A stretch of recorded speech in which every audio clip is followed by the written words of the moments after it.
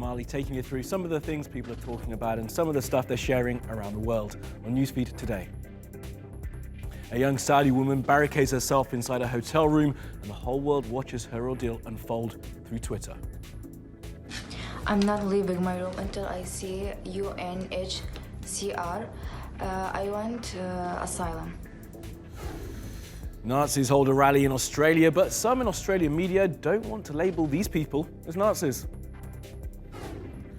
Who won what, who said what, and what fun was had at the Golden Globes? And why did the donkey go to the supermarket? It's Monday's Animals Doing Stuff.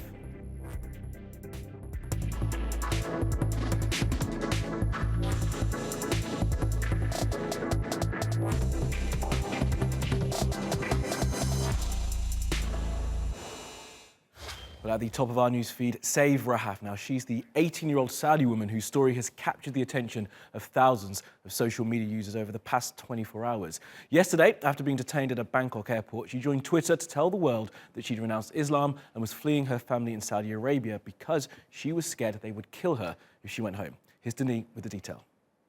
My name is Rahaf, and I'm still in the room. I have no choice. They said I have to go tomorrow, and no one can help me right now. A young woman's desperate plea has set off an internet storm.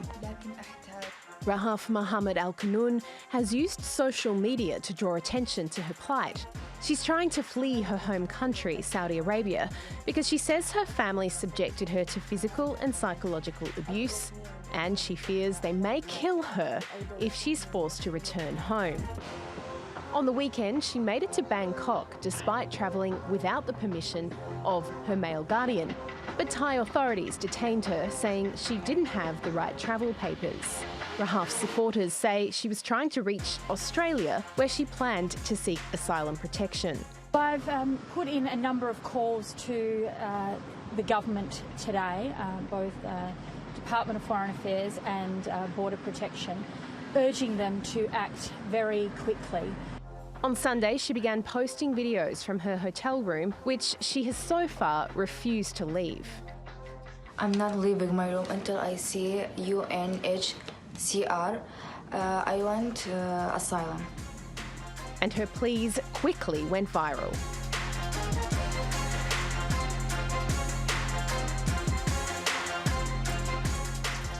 And Thai authorities eventually responded to public pressure.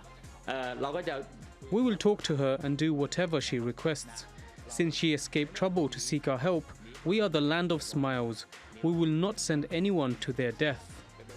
Saudi Arabia is already under intense scrutiny for the shocking killing of journalist Jamal Khashoggi in Istanbul last year. So will Rahaf make it safely to Australia?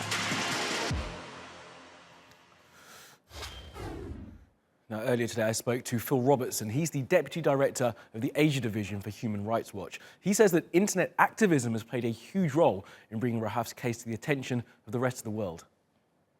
Social media is really mobilizing to try to save this woman.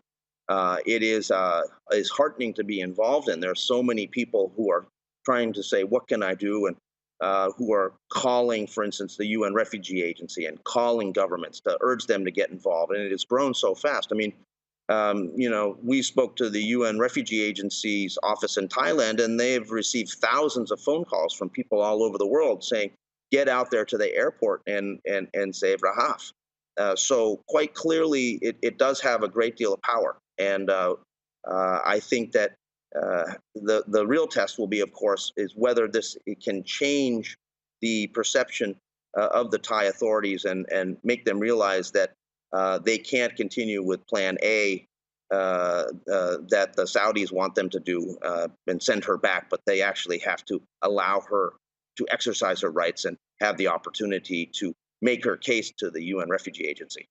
Saudi's discriminatory and rights-abusing laws don't apply in Thailand or anywhere outside of Saudi Arabia. So, I'm not really interested in what Saudi law says about her age and, whether she's allowed to travel. I mean, she's an adult. She has the right to travel. She had a valid visa. She had a valid passport.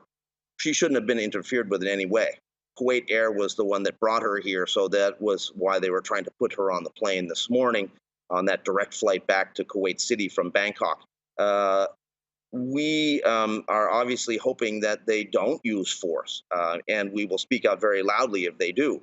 But it's a very unpredictable situation here. We don't know how it's going to play out. I mean, it would have been much easier for Thailand to basically say to the Saudis, like, look, sorry, we're not going to do your dirty work here.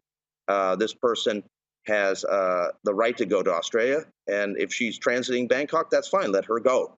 But unfortunately, Thailand got involved in this, and the situation is now heading to a sort of a bigger confrontation, ultimately, on what will happen to this woman and whether she will be saved. We'll keep you updated on that story as we get more details. Now, loads of the top Twitter trends are all around the Golden Globes, so here's a roundup. Give the audience a song that they can perform. What's the lyric?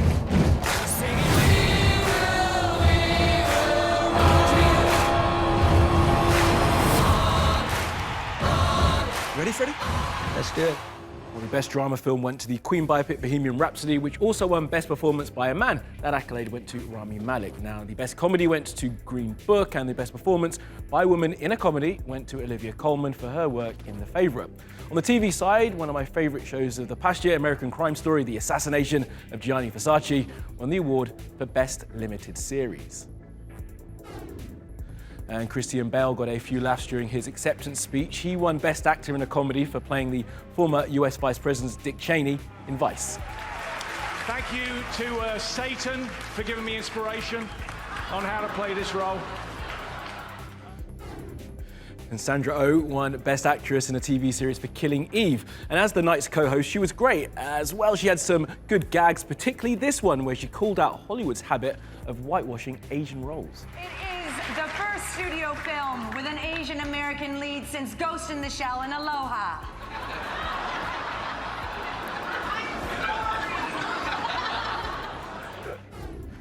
And the internet enjoyed these pictures of the red carpet immensely. See, there was a young lady promoting some bottled water, and she seemed quite keen on photobombing as often and as relentlessly as she could. There she is again. She's going to pop up again. I think we might have one more.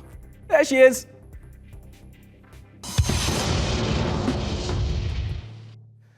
Now, people at a far-right event in Australia have been filmed giving Nazi salutes. It happened in the city of Melbourne and was attended by a sitting Australian senator called Fraser Anning.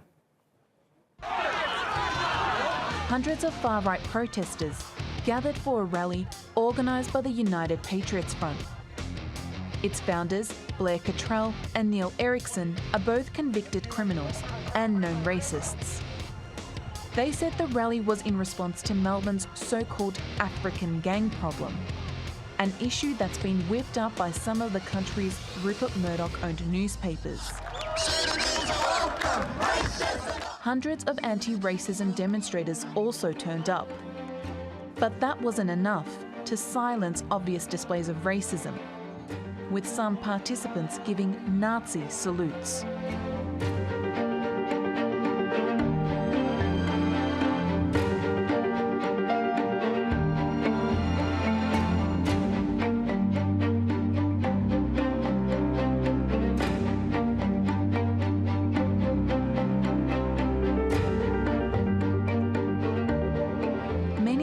Angry that independent Senator Fraser Anning attended the rally, billing taxpayers $3,000 Australian for the trip. All politicians have travel allowance to do what we have to do. It's my job.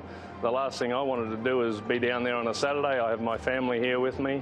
I didn't go down there to have a picnic. I was down and back in the one day, and I believe I'm doing what I'm supposed to do, and that is represent the people of Queensland, and particularly the people who support me.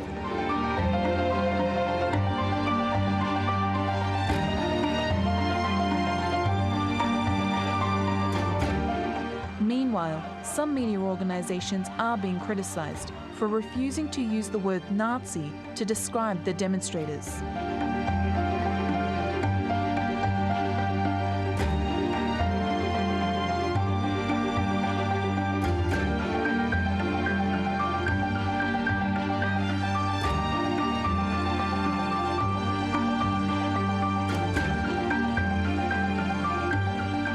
But with images like this, when is a Nazi not a Nazi?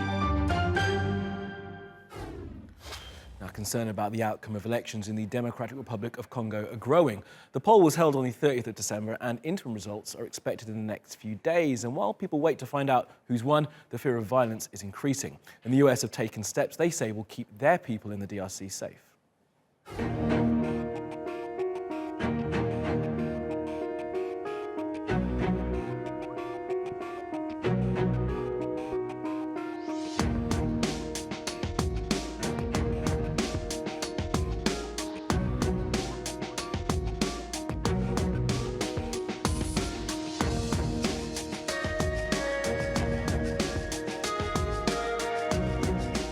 Council will tackle this issue again next week, this time in a public session.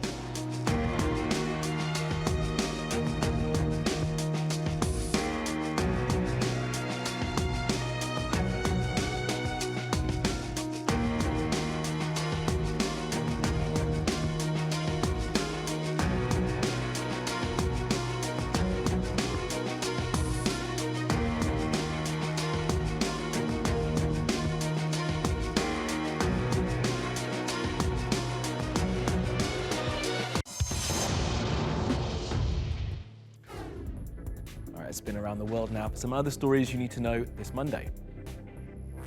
The actor Kevin Spacey will appear in court, charged with sexual assault. He's accused of groping an 18-year-old guy in a restaurant. Now, Spacey was once one of Hollywood's most popular actors, but after he admitted to harassing an actor called Anthony Rapp in 1986, Spacey was written out of the films and shows that he'd been working on. A vigil has been held in Poland for 5 teenage girls who died over the weekend in a fire at an escape room game. It happened in the city of Koszalin. The owner of the game has been charged with not ensuring there was a proper fire escape. Now, escape games are growing in popularity across the world. They set a series of puzzles to be completed against the clock to allow for the room to be opened. The girls were celebrating a birthday. 13 escape room games in Poland have now been closed as they failed safety inspections. The man featured on this poster wants to quit the British Army. His name is Stephen McWhirter, and for some reason, the Army's advertising company thought it was sensible to use his image without telling him as part of their campaign. He wrote on Facebook he'd been ridiculed and would now be resigning at the earliest opportunity. And as many as 5,000 people have been stung by bluebottle jellyfish. In Australia, the stings are not life-threatening, but I'm told they're really stingy. The colony of jellyfish have been pushed towards Australia's Queensland coast by unusually strong winds. There's so many that some of the beaches had to be closed.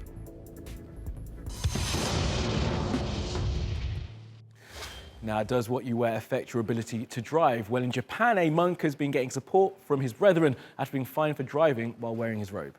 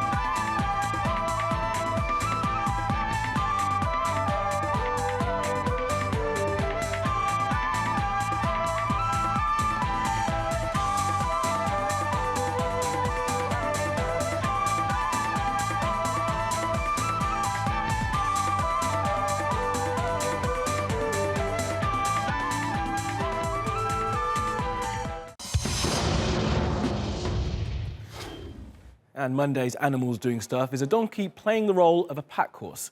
Yes, as you can see from these pictures, that is a donkey in a supermarket. Apparently, the couple who rode in on it were protesting against a newly imposed charge on plastic bags across the country here in Turkey. Now, they did their bits and then they loaded up and rode out on the donkey. I think I'll stick with my reusable bags.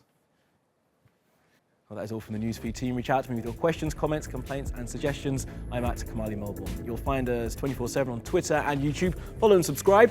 See you again tomorrow.